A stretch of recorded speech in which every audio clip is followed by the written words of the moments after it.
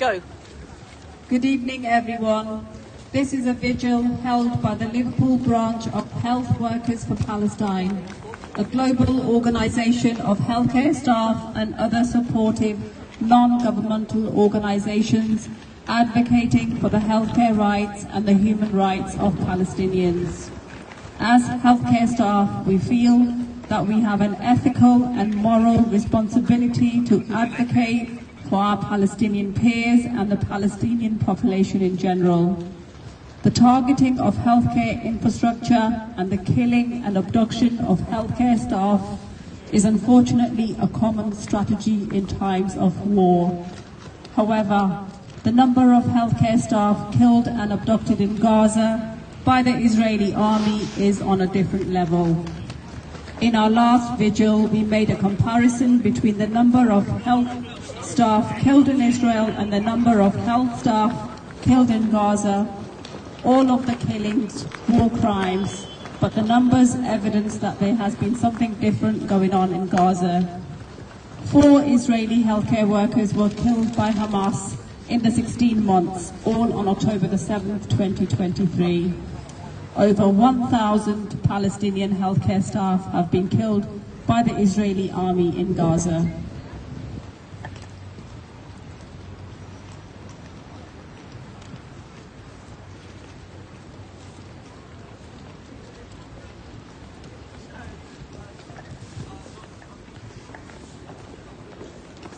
The posters here show some of the healthcare staff abducted by the Israeli army and detained without charge. Hostages. They are nurses, paramedics, doctors, admin staff, laboratory technicians, pharmacists, hospital kitchen managers, hospital maintenance staff, prosthetics technicians, radiographers. The mainstream media in the West still refers to these people as detainees or prisoners. If there is any reference to them at all, we have to ask ourselves why the word hostage isn't being used when it is Palestinians who are abducted and kidnapped. The Israeli authorities have so far released the names of 4 Palestinian healthcare staff who have died whilst in detention. Their bodies have not yet been released. These were healthcare workers in good health at the time of their abduction, 3 doctors and a paramedic.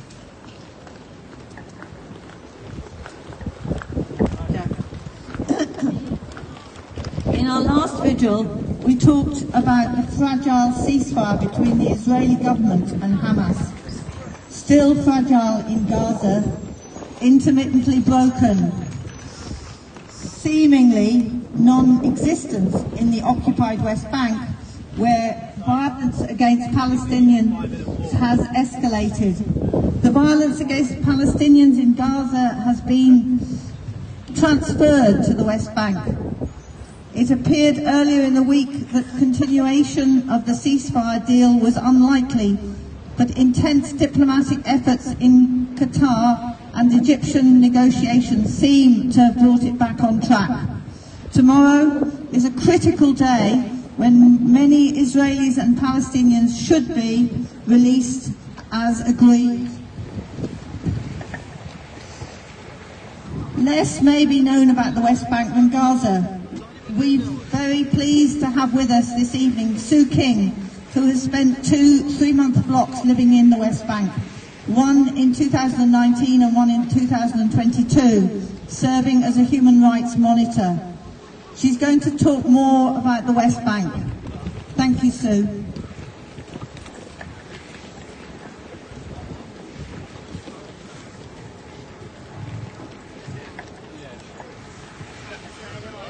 Thank you.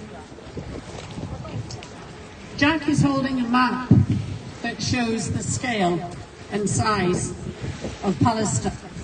The total area of Israel and Palestine is approximately the size of Wales. Smaller than most people think. And if you look at the map, you can see that the vast majority of Palestine is the West Bank. I would like to speak today about the occupied West Bank. Gaza is less than 20% of the country of Palestine. The West Bank is the largest part, more than 80%. Can you imagine a situation in the Ukraine where a ceasefire is agreed but Russia is allowed to continue to attack more than 80% of the country and the population, it wouldn't happen, would it? But that is the situation as it stands in Palestine. The violence in the occupied West Bank escalated from the 7th of October 2023 and has intensified even more since the so-called ceasefire started 3 weeks ago. Since October the 7th, 2023, 920 Palestinians have been killed in the West Bank by soldiers and settlers. More than 10,000 Palestinians have been detained or taken prisoner during the same period, what the Israeli journalist Gideon Levy calls the Palestinian hostages. Many Palestinians were arrested in the West Bank as were released as part of the ceasefire deal last week. Last year, nearly 2,000 Palestinian structures were demolished in the West Bank and more than 4,000 Palestinians were displaced. Since the start of the ceasefire, tens of thousands more Palestinians have been forcibly displaced from the North and West Bank. Forcible displacement is illegal under international law. The human rights group B'Tselem says ever since the temporary ceasefire, Israel has intensified its violence against Palestinians in the West Bank. It is merely shifting its focus from Gaza to the West Bank.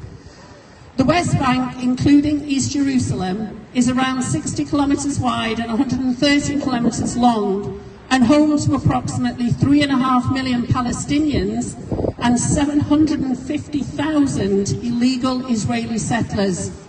The Israeli government has day-to-day control of 100% of the West Bank, with the use of more than 800 barriers and checkpoints, which restrict movement in, out and around the West Bank. The day the ceasefire came into effect 3 weeks ago,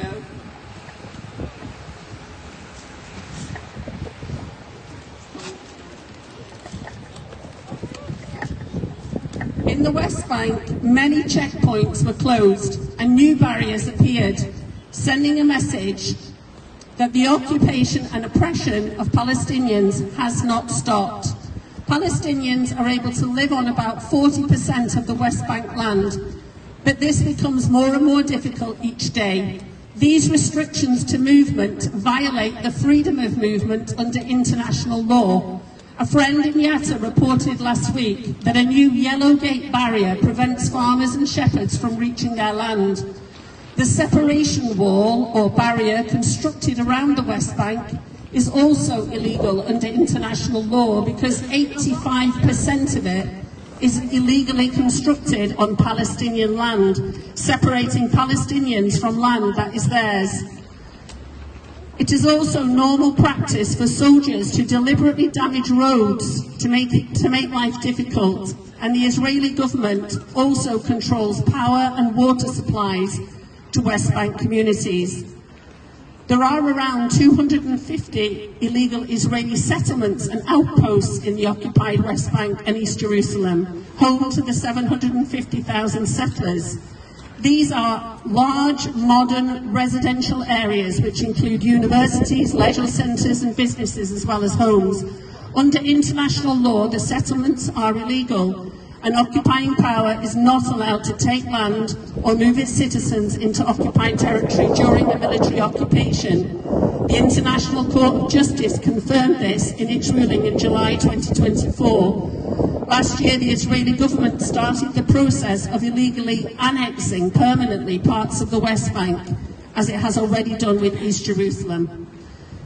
It is widely accepted in the West Bank that there is a deliberate strategy similar to that employed in Gaza to take the land in the north, Jenin, Nablus and Tulkarem, take land in the centre, East Jerusalem and Hebron, and take land in the south, Masafah Yatta. This allows unhindered passage to Israel on segregated roads for settlers and destroys the viability of a future two-state solution by breaking up Palestinian territory.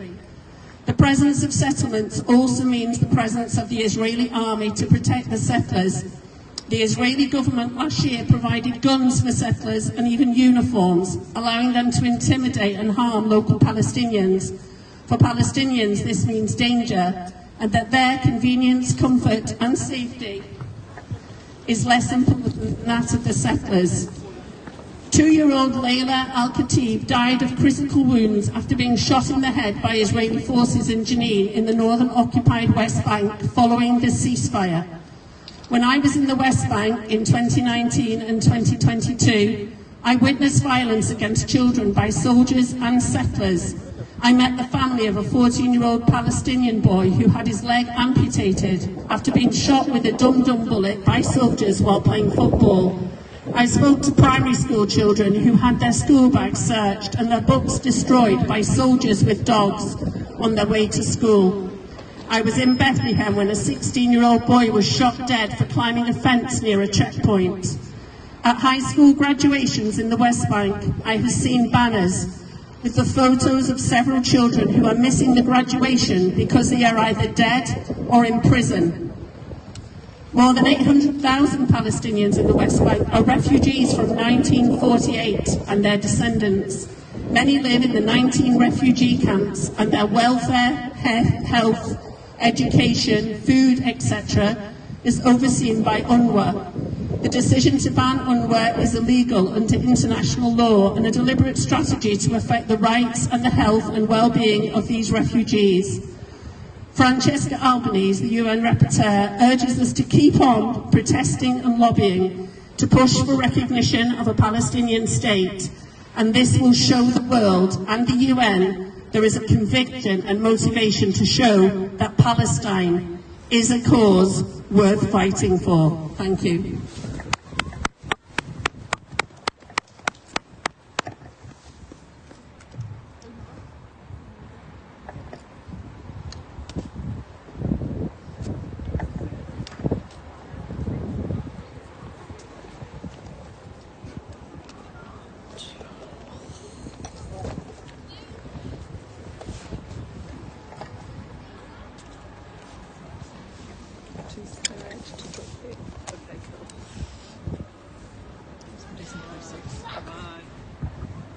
So we heard that the ceasefire is fragile. There's still been some people killed since the ceasefire came into force. And also there are children and adults still being killed in the West Bank. So this song is as relevant now as it was at the beginning of our time together. Are you hearing all the screams of children being killed in Palestine? Strange things are happening, the news is biased too. Are you standing for the truth? Are you hearing all the lies? The media is silencing some things that we try. Strange things are happening. It's called a genocide. Are you standing for what's right? Are you hearing all the screams of children being killed there in Palestine? Strange things are happening, the news is biased too. Are you standing for the truth?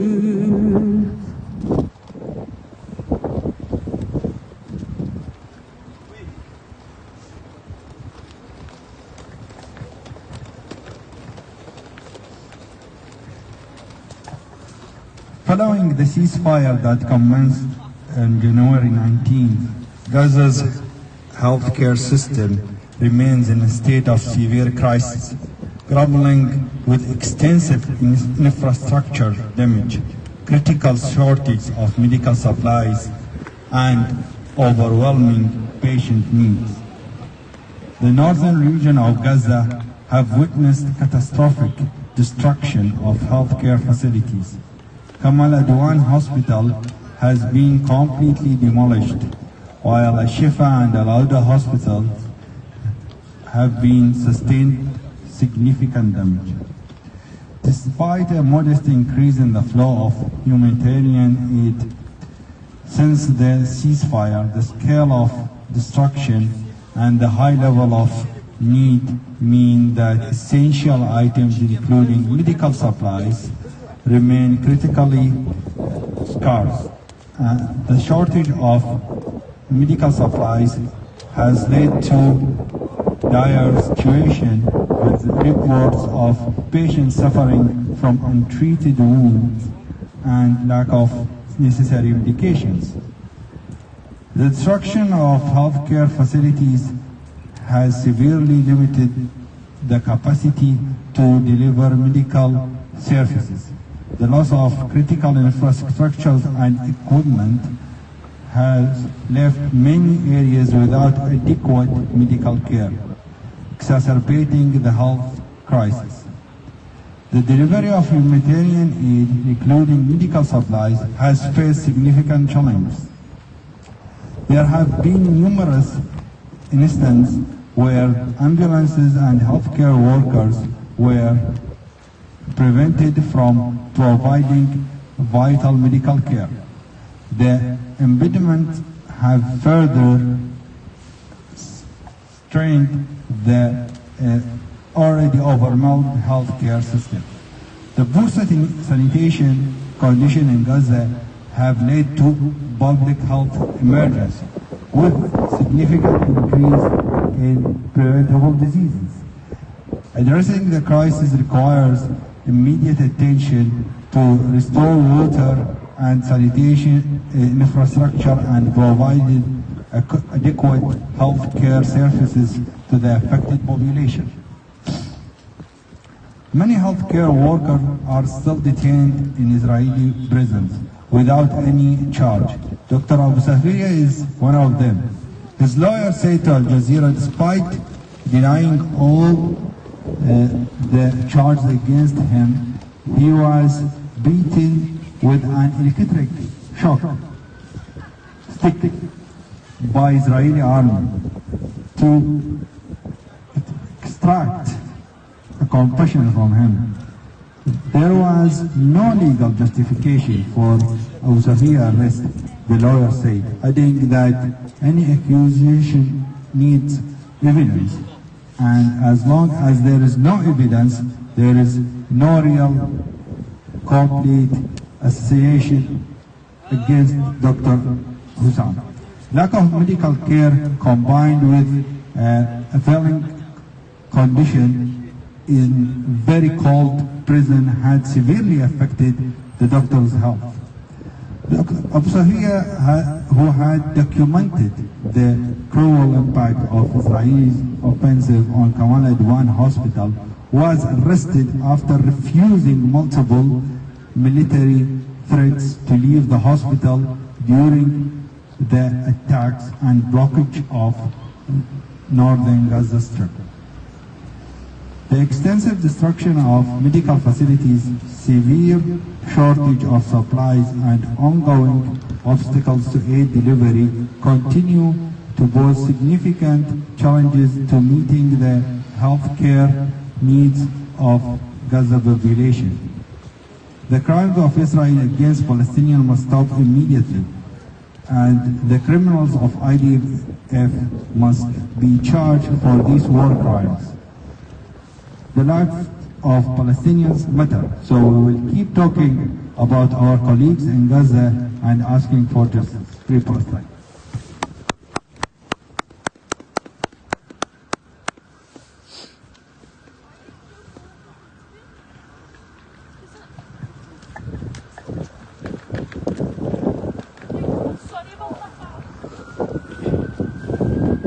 Every time we meet, we hope that things will not become worse, but the population of Gaza now faces a threat previously unimagined.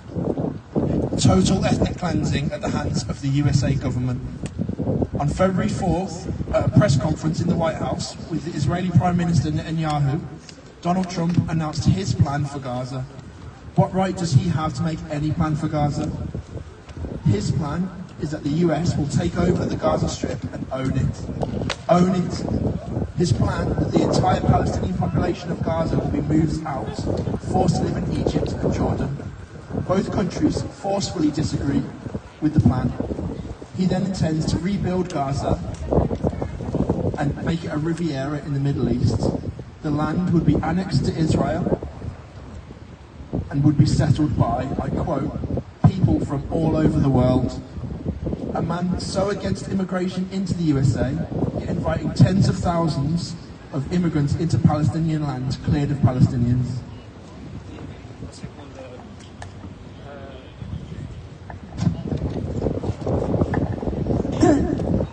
Imagine the reaction of any global leader announced that their country was going to take over part of the USA and own it, even the smallest state, because it wanted to, and was going to remove all of the American people there, making them live in a neighbouring state. No choice, against their will. Imagine if that leader announced that there would be the mass immigration into the States of people from an ally's land who needed somewhere to live. They would be happy there, as it's a beautiful place. There would be uproar in the USA. How dare a country with no right to any part of the USA make such a suggestion, threaten the USA in that way. So why is it different when the US President saying this nonsense, making this threat? This cannot be allowed to happen. The Palestinian people will not voluntarily evacuate Gaza.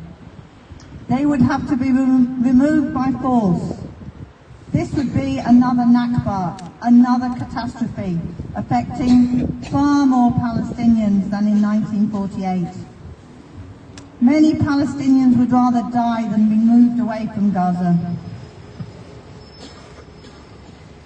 The following poem by the Palestinian poet Fadiva Takari is called Enough for Me. Enough for me. Enough for me to die on her earth, be buried in her, to melt and vanish into her soil, and sprout forth as a flower. Played with a child from my country. Enough for me to remain in my country's embrace, to be in her close as a handful of dust, a sprig of grass, a flower.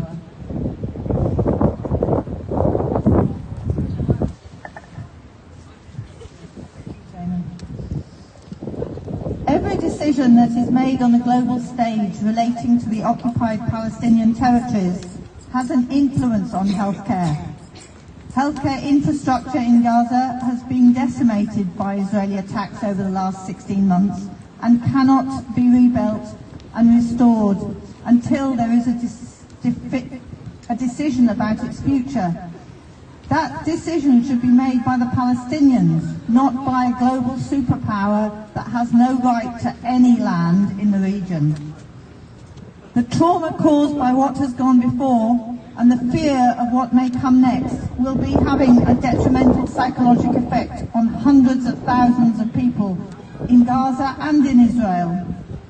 That Donald Trump thinks he can dictate the future of Palestinians, dictate the future of the Palestinian territories, demonstrates the arrogance and danger of such power. What is deeply unnerving is that there is no guarantee that anyone will stop him.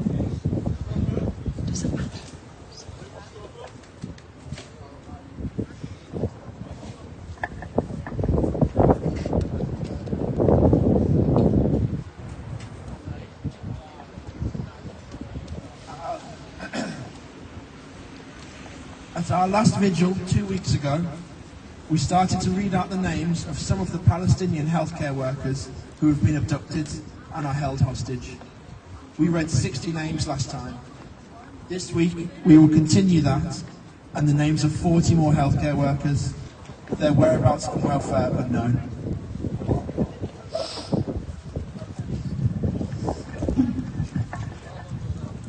Mohammed Al-Daleh,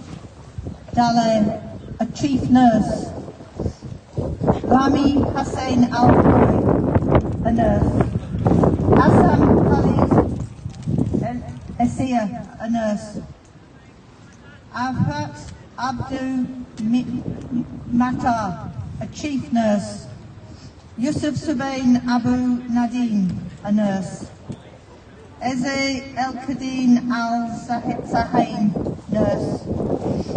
Mohammed Abu Lahan, nurse. Mohammed Salim Al-Zatan, nurse. Mohammed Al-Azbat, nurse. Majid Jamal Al-Jai, nurse.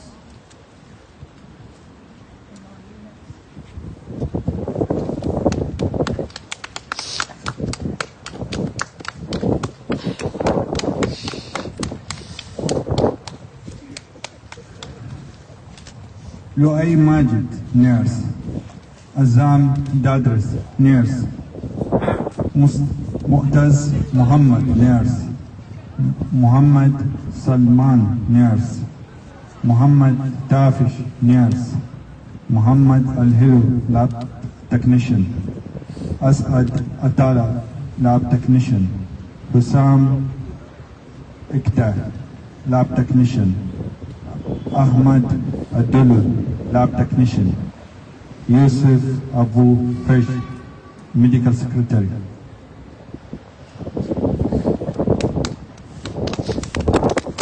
Ashraf Al-Qadari, Hospital Administration. Wael Abu Sido, Hospital Security. Mamdu Al-Nadim, Administrative Supervisor. Muhammad Al-Qadari, Health Messenger. Ahmed Ali Jendia, Hospital Administration Staff. Dr. Bara Musleh, Orthopedic Surgery Specialist. Ahmed Lubad, Nurse. Ahmed Ajur, Nurse. Dr. Khalid Al-Say, General Surgery Specialist. Abdul Aziz Ghari, Paramedic.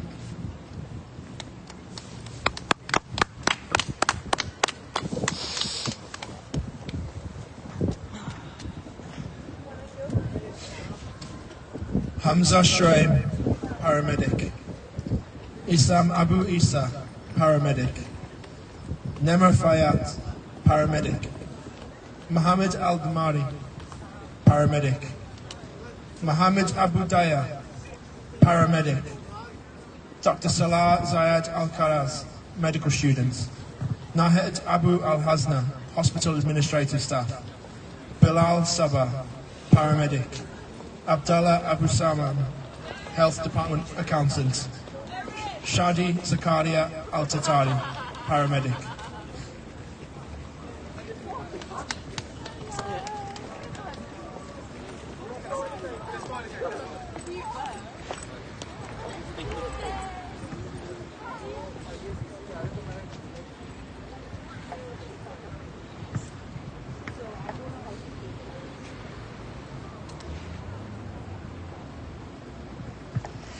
There are two things that I really feel the need to say. Firstly, the Holocaust was an event in history that even now is difficult to grasp. One extreme political group from one country exterminated millions of people that it considered to be subhuman or undesirable. 6 million Jewish people and 11 million other non-Jewish people including Slavs, that's Russians, Belarusians, Poles, Ukrainians and Serbs, Romani gypsies, LGBT people, mentally or physically disabled people, Roman Catholics, Jehovah's Witnesses, Freemasons, people of colour, especially the Afro-Germans, and other minorities not considered Aryan or part of the master race. Also leftists, communists, trade unionists, social democrats, socialists, anarchists, and other dissidents, those that did not follow the Nazi fascist way of thinking. Extermination by a particular German fascist regime, the Nazis. The Palestinians had nothing to do with the Holocaust. It sometimes seems that the Holocaust is used as a justification for what has happened to the Palestinians over the last 76 years and what is happening in Gaza and the West Bank now. And to me, that doesn't make any sense. The Palestinians had nothing to do with the Holocaust. Secondly, there were not 40 beheaded babies and burnt babies and raped babies on October the 7th. Israeli social security figures, which are available online for anybody to view, record the names and the details of all of those killed on October the 7th, including their ages and what killed them. In total, 36 Israeli children were killed on October the 7th. A war crime, a clear war crime. But one of them was under the age of 1, Mila Cohen. She was 10 months old and was killed by a bullet that was shot through a door. A war crime. The killing of any child is a war crime. But there were not 40 beheaded babies because only one baby was killed on that day, according to official Israeli social security figures. Benjamin Netanyahu, Israeli president, was filmed making a phone call to Joe Biden, US president, telling him about the 40 beheaded babies and burnt babies.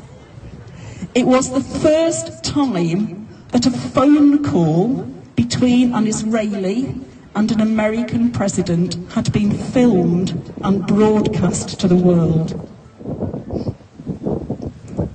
Without any verification, no checking of the information given, it was believed by President Joe Biden, who later said that he had seen videos of the beheading of babies. The mainstream media plastered the claim over their front pages. It was broadcast with horror on mainstream news channels. A claim by the Israeli military was instantly transformed into an established fact by virtually the entire British media. This wasn't the usual killing in a conflict. This was evil, killing by subhuman beasts. It was lies.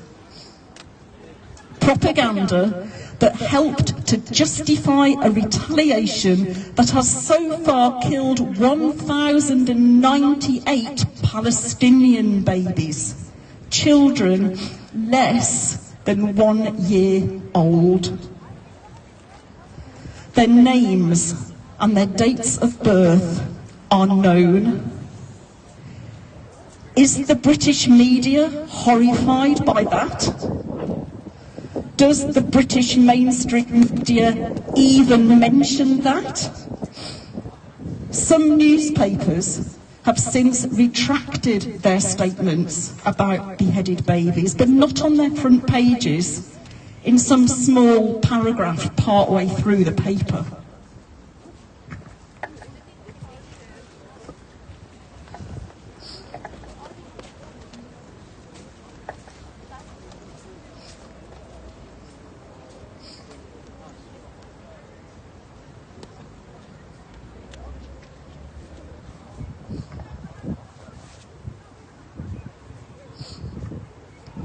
The White House quickly walked back on Joe Biden's earlier claim. It reiterated that he had not, in fact, seen evidence of the beheading of babies that he was convinced of less than 36 hours before that, making clear that the president's comments were merely repeating Israeli news reports and the reports from Israeli officials. But even this week, Donald Trump, in his press conference from the White House with Benjamin Netanyahu, again presented as fact the beheaded, burnt and raped babies claim. Why didn't the media shout him down and tell him, look at the social security facts?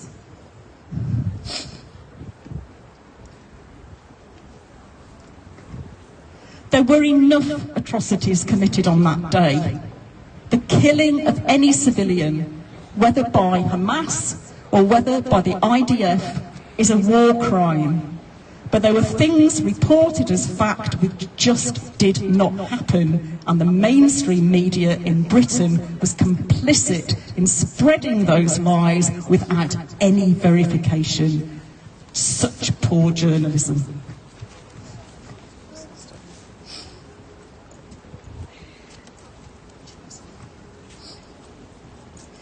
If these presented facts were lies and propaganda, consider what else may be lies. Every member of healthcare that has been abducted is a Hamas operative. All these 12 people here, all the 440 other healthcare staff abducted, do we believe that those are Hamas operatives? Ludicrous.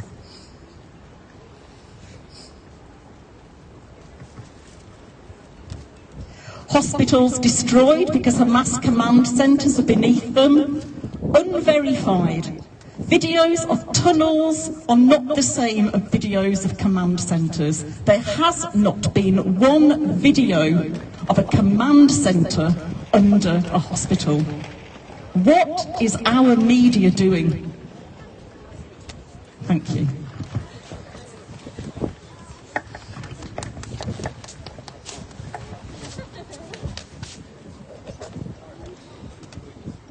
Peace, a negotiated long-term deal, is surely best for civilians in Gaza and the West Bank and Israel. Ceasefire alone is not enough. Illegal occupation of Palestinian territory must come to an end.